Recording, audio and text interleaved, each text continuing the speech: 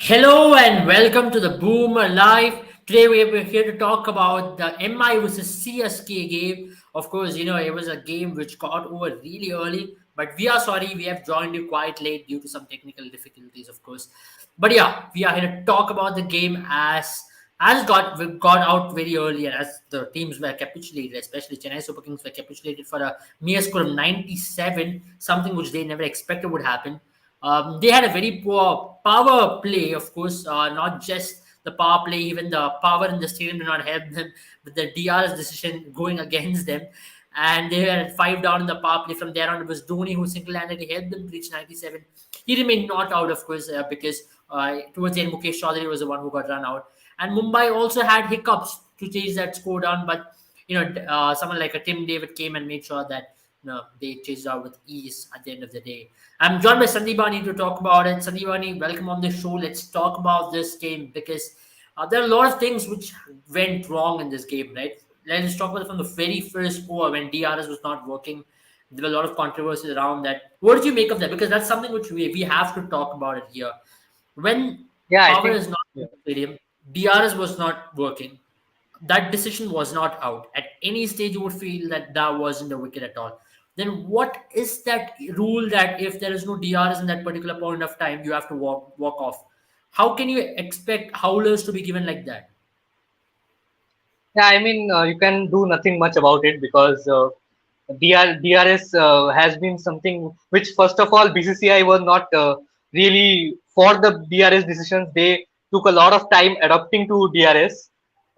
Initially, you would remember that they were against DRS when it was officially like introduced, and they really did not like that. It started to come in use. I think it has played a huge impact in today's game, and rightly so. A lot of batsmen, somebody like a Sachin Tendulkar would feel he would have got probably 10, 15 centuries extra in international cricket if DRS wouldn't have been like if DRS would have been applicable at that time as well. But speaking about today's game, I think it's very unfair to teams when, like, for once, if you start, if one of the teams does not have the facility to take DRS in a certain point of time, I think it is only fair to you can have power cuts. You can not sort of justify the power cuts. There can be such unfortunate incidents where there will be power cuts when the DRS will not be available. But I think at that time it is only fair to make that happen for both the teams. I think it was a bit not unfair. I mean, it's a bit unfair on one team if Do you you reckon in such a situation the entire match should have been played without the DRS? Because yeah, that's what I'm trying to say. yeah, Yeah, yeah, exactly what I'm trying to say. Because if one team is having the access of DRS, he can sort of overturn the umpire's decision. Whereas CSK at that point, if probably DRS would have been there, then probably the thing would have been the entire scenario would have been different. So I think even for that should have been, if once DRS is not available for one team, it shouldn't be made available for the other team as well, right, because right. you can't prevent power cuts like that. Unfortunate events happen when the DRS may not be applicable for like one team. At that time, you can just say that okay, the umpires over here are the boss. They should be the boss for throughout the game. Right, right. You're spot on in saying that. But, we are living in this era, we are relying on technology for this very reason that we can avoid such howlers. Because today, if Devon Conway wasn't given out and if he was batting, you never know what the score would have been. Because you saw even Mumbai didn't struggle to chase that score of 98 down. But ultimately, you would say that it was one of those decisions which went against Chennai Super Kings and which now means that Chennai Super Kings are officially out of this year's IPL and Mumbai Indians have eradicated that very hope which they had with mathematically or whatever reason you can say that they Yeah, still were hanging on to a thin thread. But now they've eradicated that particular hope, whatever they had. Now yeah, going ahead, let's talk about Chennai Super Kings' batting because that's just yeah, one of the incidents. But if you look at it as a whole, they have failed today, isn't it? Because Daniel Sam's ball brilliantly up front, picking up wickets because he was swinging the ball beautifully out there. Jasprit Bumrah also was brought in, just in the power play so that they can pick up a wicket or so. And also to support him, Riley Meredith was outstanding as well. And also spinners like Kartikeya. What did you make of their opening burst? Because you saw Daniel Sam's having a very good game against his very opposition the last time around when they met as well. Yeah, Daniel Sams basically just loves playing against Chennai Super Kings. So it was 4 wickets in the last game against them and 3 wickets now. So basically Yeah, 7 wickets in 2 games. yeah, And that too, if you talk about the DRS playing a very important factor, being that the DRS was not allowed to be used by Devon Conway. Devon Conway, someone who had been in tremendous form for them. He had scored 350s in the last 3 encounters that he had, and him dismissing early was sort of the start that CSK would have thought that today was not going to be their day. Because if you see that in the last 3 games, it was just Devon Conway's performance that boosted Chennai Super Kings to 2 wins out of the last 3. Because if you consider that, if you just bar out, like take out Devon Conway's innings, there was nothing much that CSK had done right in the right. last 3 games. Probably that Rituraj Gaikwad played some 1 or 2 good innings, but the middle order was to be tested today, and they did not do well. Especially because if your middle order consists of like has the potential of such explosive players like Moin Ali, Shivam Dubey, Robin Uthappa, and Ambati Raidu, I think all of them were totally combinedly, all of them were disappointing today. Also, something to do with the pitch. Mumbai Indians really realized early that the pitch was good for bowling. The Right. ball was swinging. Daniel Sams came in, bowled really well. They stuck to Jasprit Bumrah. We know in the first innings of if Mumbai Indians is bowling in the first innings, we know Yeah. Jasprit Bumrah is a different player altogether. Even though he may be completely out of form, but give him the ball and tell him to bowl in the first innings, and he is a completely different player. Mm. Because we also like I also said in my preview, I guess, because this time around Jasprit Bumrah in the last 2 3 games, Jasprit Bumrah has been getting support from the other end. Somebody like a Daniel Sams or a Riley Meredith stepping up has definitely improved Jasprit Bumrah's game. For that matter, even a Kartikeya. So these bowlers bowling well in tandem always boost Bumrah's performance, because we know that if the pressure is not being applied from the other end, Bumrah alone cannot do much, because Right. you need pressure from both the ends to like pick up wickets. Otherwise, the batting team would have just played off Bumrah and targeted the other bowlers, which they were doing in the earlier parts of the season. So I think Daniel Sams was brilliant tonight, and I think it was a bit disappointing from CSK. Their batting show was a bit disappointing. I think Right. 130, 140 would have been a very good score on this pitch. That would have been possible if CSK would have sort of not lost too many wickets up front, and if they could have played out the 20 overs. The way Dhoni was playing, I think even if they could have somehow uh, managed to play till the 20 overs, I think they could have posted some a total of around 140, and I think it would have been par and probably advantage CSK, given the fact that they started brilliantly. Right. So even the way Simarjit Singh and Mukesh Chaudhary bowled, we could see that there was everything for the bowlers out there. The batsmen were just struggling to pick them. Yep. If only Dhoni had around 130, 140 to defend, I think the game would have been different. Because we saw his captaincy, he just bowled the two Simmers overs completely up front. Like the first 8 overs were from Simarjit Singh and Mukesh Chaudhary. Yeah. So something which we have seen in the past from Dhoni, and he realized that this will probably be a 12 over 13 over game if he does not get those early wickets. Yeah. He did get those early wickets, but again, brilliant. Uh, I think brilliant captaincy from Rohit Sharma and the management, sort of to bring in Ritik Shaukin ahead of someone like a Ramandeep Singh, because we Right. saw that new batters who sort of are not accustomed to play this kind of conditions and pitches, conditions and situations basically, really struggled. Somebody like Daniel Sams came in at number 3, but he was, if somebody like a Rohit Sharma and Ishan Kishan was struggling, you don't really expect Daniel Sams to do very well. Mm, Mm. and so was the fact with the new player. Like he has a good reputation. He was coming into the team having a very good reputation, and he's a gun fielder, a tremendous hitter of the cricket ball. We all knew that, but then again, it was just not his game, because the ball was swinging both ways, and he found it very difficult. The way Mukesh Chaudhary was bringing that ball in was was was the downfall for a lot of players. Right, you're absolutely spot on there. But you reckon Chennai Super Kings will take something out of this game in the likes of maybe this season? Let's talk about this season because now the season is officially over for them. What would be a couple of positives that they would take forward? Because do you want to forget this season ASAP and get forward?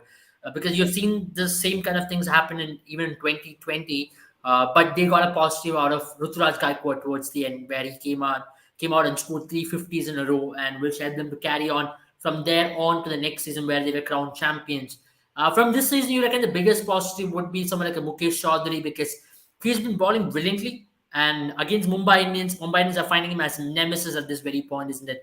Especially the top or Ishan Kishan, Rohit Sharma, and today even Daniel Sams was struggling against him. And most of them were struggling today because he was just landing the ball in the right areas. He's able to swing the ball both the ways, and especially the ball leaving the left-hander. What do you make of him, and what will be the biggest positive other than him as well from this season for Chennai Super I Kings? think CSK has a lot of things to take out from this season. I think one of them will be Devon Conway. We Yeah, always knew that Devon Conway has done massive things for New Zealand in international cricket. Devon Conway coming into the franchise, having those three good innings, sort of stabilizes their opening partnership. Because Chennai Super Kings were dearly missing Faf du Plessis up in the top order. Because last time around, if you see that Faf du Plessis and Rituraj Gaikwad had scored something around 1250, 1260 combined. right, The right. two of them had scored around 60%, 70% of CSK's total runs. So I think Devon Right. Conway coming in, stabilizing that opening stand is something that they will take, definitely a positive that they will take forward. I Hmm. think this time around, Jadeja has a horrible season. Next Yeah. time around, if Jadeja comes in and has a good season and somebody like a Deepak Chahar coming in place of As you Simarjit mentioned, Singh, Jadeja, let me put this in.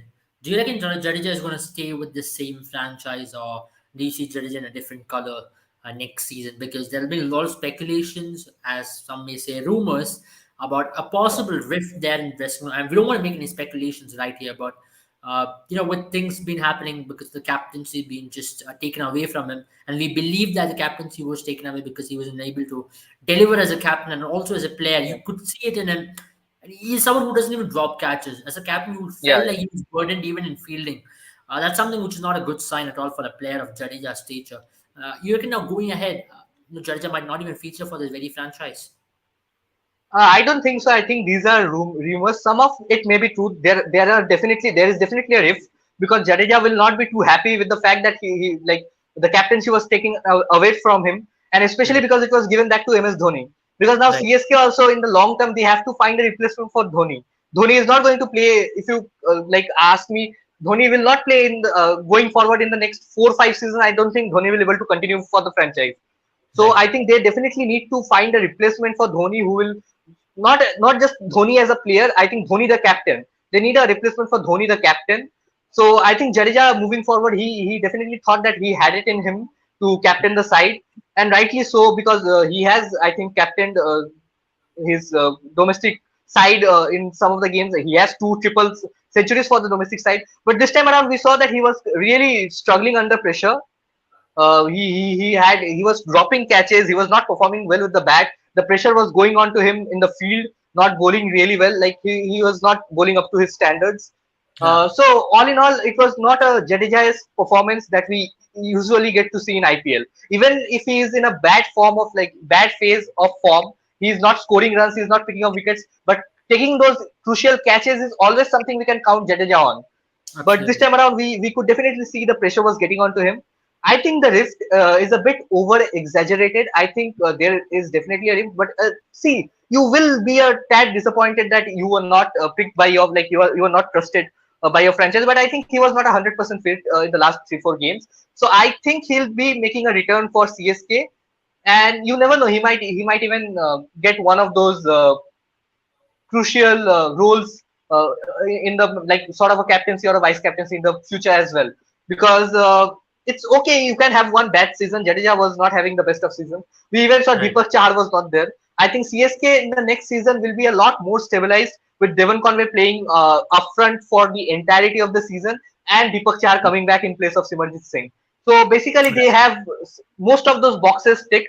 I think it's going to be a good balanced side, and I think Jadeja will stick to the franchise. He'll stick to CSK. That's something which CSK fans would love to hear as well because he's been Yeah, one of their own for the last 1 decade at least, and he has performed in important situations and he's pulled out some big wins for them over the years. It would be never nice, isn't it, to split up in such a way, and it's never nice to split up with your franchise which you dearly love as well. Now let's talk about the Mumbai Indians because this has been a season for them to forget as well at this very point of time. because they though they won this match, but it just didn't look convincing, especially with the bat, and that's something which has been bothering them for quite a while. People have been talking to Mumbai Indians bowling, but one area which would be really troubling them is their batting because they've not been able to step up in crucial moments. The top order hasn't really fired, maybe barring a couple of matches here and there. The top order has been a complete failure. Surya Kumar Yadav has been injured at this very point as well. What do you reckon would be the positives that Mumbai Indians will be taking out of this season? Is it going to be someone like a Daniel Sams, or will they be looking at the next season and saying, "Oh, we've got a Tilak Verma this season. We've got someone to invest upon. We've got a young core. Maybe going ahead now with Archer, Bumrah, Meredith, everybody in the same team. This could be a formidable unit in the next season, isn't it?" I think they are going to be a very good side in the next season because Archer will come back for them. Surya Kumar Yadav will hopefully be fit. Yeah, I think, and definitely somebody like a Tilak Verma has been a big positive for them. Uh, the fact that they lost four early wickets in a chasing only 98 just shows that this is not the Mumbai Indians that we know them to be. Because Mumbai Indians, if they were chasing 98, no matter what the pitch is, even if Mukesh Chaudhary is bowling well, they would just play him out. Somebody like a Ishan Kishan or a Rohit Sharma would have just completed this chase within the first 10-12 overs with 9 wickets in hand. But the fact that this was not a convincing win, and at one point they were 33 for 4 and somewhat looking wobbly, just sums up their season in a whole. Because Rohit Sharma has not been in the best of forms, Ishan Kishan has not been in the best of forms, even though they had 2 or 3 games where they got it their way. Rohit Sharma did not get a 50, I think, throughout the season. He hasn't scored a 50 in this season. yeah, Ishan Kishan, even though he got 350s this season, I think those were just the 3 innings where he scored runs. The other innings, he did not get even a 30 in any one of the other innings. So I think the opening stand will be a concern for Mumbai Indians. They could try somebody like Devil Davis to come to play and come up in the top of the order. I think Tim David is a huge positive for them. Sort of a like-to-like replacement for Kyron Pollard, if you like dare me to say, because Tim David has looked exemplary with the bat. In the first 2 games, he was not in the best of forms and he was dropped, which was very surprising to see from somebody from a franchise like Mumbai Indians giving their youngsters just 2 games and dropping them. You don't see right. that often. We saw that Devil Davis, even though he was failing, he was getting those games, even though he was scoring those 20s, 13s without any momentum. After the barring 1 or 2 games where he got that quick fire 30 of 13 balls, and the very first game where he scored 29 of 18, 19 balls. So barring those 2 games, Devil Davis was continued for 5, 6 games. I think they lost a trick over there. If Tim David would have got more opportunities in this tournament, I think some of the results would have gone in Mumbai Indians' favor. Having said that, they took a lot of time this season. I think the first 8, 9 games were gone trying to find out their best 11 and especially their best bowling combination. Bumrah was not at all effective because they did not have any other bowler who was going to support Bumrah. We have seen, and they did not. They were completely lacking a proper spinner. Murugan Ashwin was trusted upon to start with. I think Murugan Ashwin hadn't done anything like spectacular in the last few seasons to deserve the best playing, like the best spinning option for a particular franchise. And a franchise like Mumbai Indians, he had not like done something spectacular to get that place. But I think they were just a bit off in the auction. They did not look for a proper spinner. I think they had Fabian Allen in the dugout. He just got 1 game. So they were just trying to play with the combinations where they were trying to put more confidence in their pacers. Someone like Timal Mills, Riley Yeah. Meredith, Daniel Sams. I think Even Riley I think Meredith has been a yeah. same. Mumbai Indians could have possibly had a better season, but as a team, they'd be kind of happy on the kind of players they found through the course of the Yeah. season, and they would be like, okay, we have found this young core who could possibly go on to serve us for the next 10 years at least, and that's a sign of a good franchise as well. And they've invested on their youngsters quite heavily in the auction, from what we could make out. Having said that, that's all from what we could analyze from this game. Let's talk about the fantasy side of things. Sandipani, how was your day in the fantasy field? I had a good day, especially because I had Mukesh Chaudhary in my team. The other Yeah, batsmen from Chennai Super Kings were nothing much to go about. I think a lot of players had Devon Conway as their captain, and they were completely like angry by the fact that DRS wasn't allowed to be used. Devon Conway was my vice captain. I had Ishan Kishan as my captain, so he gave me some points with the keeping gloves. So I think all in all, I had a good day. And since CSK are knocked out of the tournament, I thought it fit that I would wear yellow today just to pay them tribute. I mean, as a KKR fan, you'd be happy as well because you've lost Yeah, one more. exactly. Yeah, and that's all. Having said that, lads, thank you for joining today. Yeah, it was a wonderful opportunity to talk about this particular game. Though we will later talk about it, but yeah, nonetheless, we were able to analyze the El Clasico, which was not quite Yeah. the El Clasico as we expected to be, because last time around when they played, it was at least something they played for, but this time it And was Mumbai a would total be totally happy to knock out CSK out of the tournament. Like this will that give some Mumbai Indians was fans great things. Yeah. Yeah, that was their motivation today for sure. Just to knock Yeah. out Yeah. their arch rivals out of the IPL, and they'll be very happy that they'll be joining them on their way back home as well.